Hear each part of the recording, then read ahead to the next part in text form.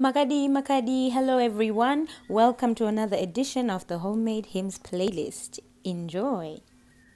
Dibai wa moyo wa kanaka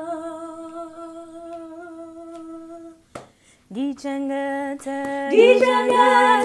iwo mutire mwea wangu wa semiwa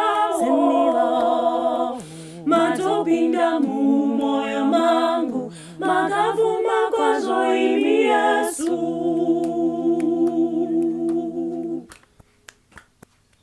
Dibai wa moyo munyoro moyo wakafanana no moyo wenyu Dichangata iwo mutire mwea wangu wasemiwa matopinda mu moyo mangu makavuma kwazo imi Yesu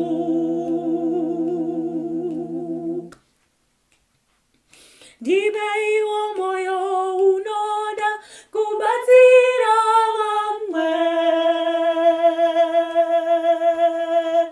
Dichangata iwo mutire mwea wangu wasemiwa matopinda mu moyo mangu makavuma kwazo imi Yesu Yesu wangu matopinda mu moyo mangu matopinda mu moyo mangu Yesu wangu Dichangata iwo mutire mwea wangu wasemiwa